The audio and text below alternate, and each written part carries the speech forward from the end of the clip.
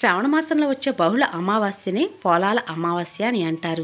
పోలాల అమావాస్య రోజున పోలేరమ్మను పూజిస్తూ సంతానం లేనివారు సంతానం కోసం, సంతానం ఉన్నవారు బాలారిష్టాలు, యమగండాలు, గండాంతరాల నుంచి కాపాడమని, ఎల్లవేళలా పిల్లలకి రక్షగా ఉండమని అమ్మవారిని కోరుతూ చేసే పూజా విధానమే పోలాల అమావాస్య పూజా విధానము. ఆనవాయితీ ఉన్నవారైనా అలాగే ఆనవాయితీ లేనివారైనా పోలాల అమావాస్య పూజను ఎలా చేయాలి?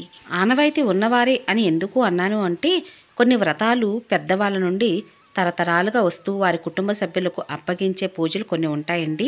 అందులోని ఈ పోలాల అమావాస్య కూడా ఉంది. వాటిని ఆనవాయితీ అని అంటారు. కొన్ని వ్రతాలు ఇలానే చేయాలి అని ఒక నియమం అంటూ ఉంటుంది. మరి మాకు ఎవరు అంటే మా ఇంటి పెద్దలు పూజా వ్రతాలు ఏమీ అప్పచెప్పలేదండి. మరి మేము పూజా వ్రతాన్ని చేసుకోకూడదా అంటే చేసుకోవచ్చండి. కుటుంబ క్షేమము కోరి పిల్లల ఆరోగ్యం, ఆయుష్, సంతానం కోసం, రెండవ సంతానం కోసం ఎదురు చూస్తున్నవారైనా, లేదా మగపిల్లవాడే కావాలని ఎదురు చూస్తున్నవారైనా, లేదా ఆడపిల్ల కావాలని కోరుకుంటూ సంకల్పం చెప్పుకుని అమ్మ ముందు ఎవరైనా ఈ పూజని చేయవచ్చండి. ఇలా పోలేరమ్మనైతే పూజ చేస్తూ ఉంటారు. అలాగే పిల్లలకు బాలారిష్టాలు, యమగండాలు, గండాంతరాల నుండి కాపాడమని, ఎల్లవేళలా పిల్లలకి అండగా ఉండమని, దరిచేరకుండా చూడమని తల్లిని వేడుకుంటూ చేసుకునే పూజా విధానమే ఈ పోలేరమ్మకు చేసేటటువంటి పోలాల అమావాస్య పూజా విధానము. పూజలు కొన్ని నియమాలు ఉంటాయండి. కాబట్టి పూజా విధానం ఎక్కడ స్కిప్ చేయకుండా చివరి వరకు చూడండి. అందరికీ నమస్కారం అండి. అందరూ ఎలా ఉన్నారు? బాగున్నారా? నేను బాగున్నాను. మీరు ఇంకా బాగుండాలని మనస్ఫూర్తిగా కోరుకుంటున్నాను. ప్రతి సంవత్సరం కూడా శ్రావణ అమావాస్య రోజున పోలాల అమావాస్య పూజన అయితే చేసుకోవాల్సి ఉంటుందండి. ఒకవేళ మీకు ఈ శ్రావణ అమావాస్య రోజున పోలాల అమావాస్య పూజను చేసుకోవడం కుదరనట్లయితే మళ్ళీ ఈ పూజను ఎప్పుడు చేయాలనే విషయం కూడా చెప్తాను. కాబట్టి పూజా విధానం ఎక్కడ స్కిప్ చేయకుండా చూడండి. ముఖ్యంగా పూజలో కావాల్సింది కంద మొక్క కావాలండి. కంద మొక్క అంటే కంద పిలకతో ఉన్నటువంటి కంద మొక్క అయితే కావాలి. అంటే ఒక తల్లి మొక్క, ఒక పిల్ల మొక్క కూడా కావాల్సి ఉంటుంది. కాబట్టి ఈ విధంగా అయితే ఇంటికి ముందుగానే తెచ్చుకోండి. ఒకవేళ కంద మొక్క కనుక మీకు దొరకనట్లయితే కంద దుంపను కూడా పూజలో పెట్టి పూజ అయితే చేయవచ్చండి. ముఖ్యంగా అయితే కంద మొక్కకి పూజ చేయాలి. దొరకని పక్షంలో మాత్రమే మీరు కందను అనేది పూజలో ఉపయోగించవలసి ఉంటుంది. ఒకవేళ మాకు కంద కూడా దొరకలేదండి అనుకున్న వారు ఎవరైనా సరే గౌరీదేవిని, పసుపు తయారు చేసిన గౌరీదేవిని పూజలో పెట్టి పూజ అయితే చేయవచ్చు. ఇంకా పూజలు ముఖ్యంగా కావాల్సింది ఎర్రటి ఒత్తులు, అలాగే ఎర్రటి పువ్వులు, ఎర్రటి అక్షింతలతో పూజా విధానం. అమ్మవారు చాలా అంటే చాలా ఇష్టం అండి. ఎరుపు రంగు అంటే అమ్మవారికి చాలా ఇష్టము. అలాగే పూజలో మీకు కనుక కంద మొక్క, అలాగే కంద దుంప కనుక దొరకనట్లయితే మన దగ్గర అమ్మవారి పటాలు ఉండవు కదండి. అందుకని ఇలా ఒక ఇత్తడి ప్లేటుకైనా ఇలా పసుపు రాసి నిండుగా అమ్మవారు గ్రామదేవతతో సమానమండి. కాబట్టి గ్రామదేవతకు అమ్మవారిని పూజలు చేస్తూ ఉంటాము. గ్రామదేవత అంటే గ్రామాన్ని కాపు కాచే తల్లి. అటువంటి గ్రామదేవతకి మనం అందరం కూడా పూజలు అవి చేయవచ్చు. గ్రామదేవతగా భావిస్తూ ఒక ఇత్తడి ప్లేట్ మీద నేనైతే నిండుగా పసుపు రాసి అమ్మవారి నామాన్ని పెట్టుకొని పూజలో పెట్టుకోండి. అలాగే పసుపు గౌరీదేవిని కూడా పూజలో పెట్టుకోండి. అలాగే మీ దగ్గర కనుక రాతి గౌరమ్మ చెట్టు ఉంటే పూజలో పెట్టుకోండి. మనం ఏ పూజ చేస్తున్నా సరే ఆదిదేవుడైన వినాయకుని యొక్క విగ్రహము, లేదంటే వినాయకుడి విగ్రహం లేనట్లయితే పసుపు తయారు చేసిన వినాయకుడినైనా పూజలో పెట్టుకోవచ్చు. అమ్మవారికి నిండుగా పసుపు కుంకుమలు సమర్పించండి. మీరు ఈ పూజని ఇంట్లోనే దేవుని మందిరం పూజ చేసుకోవచ్చండి. లేదా సపరేట్గా పూజాపీఠాన్ని ఏర్పాటు చేసి పూజ చేసుకోవచ్చు. సపరేట్గా పూజాపీఠాన్ని పెట్టి ఎక్కువగా చేస్తూ ఉంటారండి. మాకు పూజా మందిరం కొంచెం పెద్దది అనుకున్న వారు ఎవరైనా సరే పూజా మందిరంలో చేసుకోవచ్చు. ఇంకా పూజలు ముఖ్యంగా కావాల్సింది పసుపు కొమ్ములు కావాలండి. 3 పసుపు కొమ్ములు అయితే కావాలి. పసుపు కొమ్ముకు కూడా తెల్ల దారబంతి, కొత్త దారబంతితో 9 పోగులు వేసి నిండుగా పసుపు రాసి పసుపు కొమ్ముకైతే 3 వేసి ఉంచుకోవాలండి. ఇలా 3 పసుపు కొమ్ములు అయితే తయారు చేసి పూజలో పెట్టుకోవాలి. మనలో చాలామందికి సందేహం అయితే ఉంటుందండి. ఒకసారి కనుక పూజను మొదలుపెట్టినట్లయితే ప్రతి సంవత్సరం కూడా ఈ పూజా వ్రతాన్ని చేస్తూ ఉండాలా అంటే, మనం ఈ పూజను ఎందుకు చేస్తున్నామండి ఒకసారి మనం గుర్తు చేసుకున్నట్లయితే, అంటే మనం పిల్లల క్షేమం కోరి ఈ పూజలు అయితే చేస్తున్నామండి. అందుకు గాను ప్రతి సంవత్సరం పూజ చేసినా ఏం పర్వాలేదండి. చక్కగా సంవత్సరానికి ఒకసారి చేయవచ్చు. ఒకవేళ మీకు ఈ శ్రావణ మాసంలో వచ్చే అమావాస్య వేళ పోలాల అమావాస్య పూజను చేయడం కుదరినట్లయితే మరలా వచ్చే అమావాస్య అంటే వినాయక చవితి భాద్రపద మాసంలో వస్తుంది కదండి. భాద్రపద అమావాస్య రోజున ఈ పూజనైతే ఎవరైనా చేయవచ్చు. పోలేరమ్మకు చేసే ఈ పూజా విధానాన్ని ఉదయాన్నే పూజ చేసుకుంటే చాలా అంటే చాలా మంచిదండి. ఒకవేళ మీకు ఉదయం పూజ చేయడం కుదరినట్లయితే సాయంత్రం వేళ కూడా పూజ అయితే చేయవచ్చు. ఉపవాసం ఉండాలా అండి అంటే ఉపవాసం ఉండనవసరం లేదండి. ఉదయం పూజ చేసేంతవరకు ఏమీ తినకుండా ఉండి పూజానంతరం మీరు ఆహారం అది తినవచ్చు. బ్రహ్మచర్యం పాటించాలి. నాన్ వెజ్ అది తినకూడదు. మనలో చాలామందికి ఈ పొలాల అమావాస్య రోజున కంద మొక్కకే పూజ ఎందుకు చేస్తారు అని సందేహం అయితే రావచ్చండి. అయితే ఈ కంద మొక్కకి ఎందుకు పూజ చేస్తాము అంటే, మన హిందూ శాస్త్ర ప్రకారము మన పురాణాల్లో చెప్పబడింది ఏమిటి అనగా, మన భారతీయులందరూ కూడా ఎక్కువగా మనం వృక్షాలని అలాగే రాళ్ళను కూడా పూజలు అవి చేస్తూ ఉంటామండి. అలాగే కంద మొక్క కూడా పూజ అది చేస్తూ ఉంటాము. అలాగే కంద మొక్కని ఎందుకు పూజించాలి ఈ పొలాల అమావాస్య రోజున అంటే, మనం కంద గౌరి నోమును కూడా పడుతూ ఉంటామండి. అలాగే కంద అంటే ఎప్పుడు కూడా భూమిలో పాతినటువంటి కంద అనేక రకాల పిలకలను ఏర్పరచుకుంటూ ఒక కంద దుంప నుంచి అనేక రకాలుగా పిలకలు అనేవి వస్తూ ఉంటాయండి.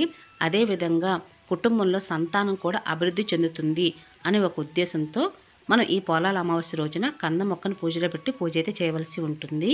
పూజానంతరం కందను కానీ కంద మొక్కను కానీ ఏం చేయాలనే విషయం కూడా చెప్తానండి. అలాగే కంద మొక్క దొరకనట్లయితే కందను పూజలో పెట్టి ఎలా చేయాలనే విషయాన్ని కూడా మీకు మరొక పూజా వీడియో ద్వారా షేర్ చేస్తాను. అమ్మవారు గ్రామదేవత కదండి. అమ్మవారికి ధూపం అంటే చాలా ఇష్టము. కాబట్టి పూజలు ఎక్కువగా ధూపాన్ని వేయడానికి ప్రయత్నించండి. అలాగే మనం ఏ పూజ చేసినా ముందుగా ఆదిదేవుడైన వినాయకుడికి పూజలు అవి చేస్తూ ఉంటాము. వినాయకుడు కూడా పసుపు కుంకుమ అలంకరణ చేసి పువ్వులతో అలంకరణ చేసి ఆ తర్వాత అక్షంతలతో పూజ చేసి దీపాన్ని చూపించి ధూపం చూపించి చిన్న బెల్లం ముక్కైనా లేదంటే పండు అయినా సరే నైవేద్యంగా పెట్టి ముందుగా గణపతి ప్రార్థన చేయాలి. ఆ తర్వాతే మీరు పొలాల అమావాస్య రోజున పోలేరమ్మనైతే పూజించవలసి ఉంటుంది. ముందుగా అమ్మవారికి నమస్కరించుకొని ఆ తర్వాత ఎర్రటి పూలతో అలంకరణ చేసి గౌరీదేవికి బొట్టు పెట్టి ఆవాహనం చేసి పువ్వులతో అలంకరణ చేసి మీ దగ్గర కనుక ఎర్రటి చిట్టు గాజులు ఉంటే అలంకరణ చేయండి. అమ్మవారికి ఎరుపు రంగు అంటే చాలా ఇష్టం కదా. అలాగే ఇల్లంతా కూడా శుచి శుభ్రతతో ఉంచుకోండి. ఇంటి వాకిళ్ళ ముందు ముగ్గులు వేయండి. గడపకు కూడా నిండుగా పసుపు రాసి కుంకుమ బొట్టతో అలంకరణ చేయండి. పూజలో మీరు మామిడి ఆకులు లేదంటే వేపాకులైనా పూజలో పెట్టుకోవచ్చండి. అలాగే మనకి గూగుల్ పీడిఎఫ్ రూపంలో మనకి పోలేరు అమ్మవారి యొక్క అష్టోత్తరము లేదా గౌరీ అష్టోత్తరం అయినా సరే చదువుకుంటూ అమ్మవారి ముందు ఎర్రటి అక్షంతలతో అష్టోత్తరాన్ని అయితే చదవండి.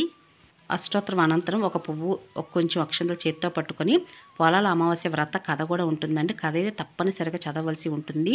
ఆ కథ కూడా నేను ముందుగానే పూజా వీడియో షేర్ చేస్తున్నానండి. కథ యొక్క లింక్ అనేది మీకు డిస్క్రిప్షన్లో ఇస్తాను, ఒకసారి వినండి.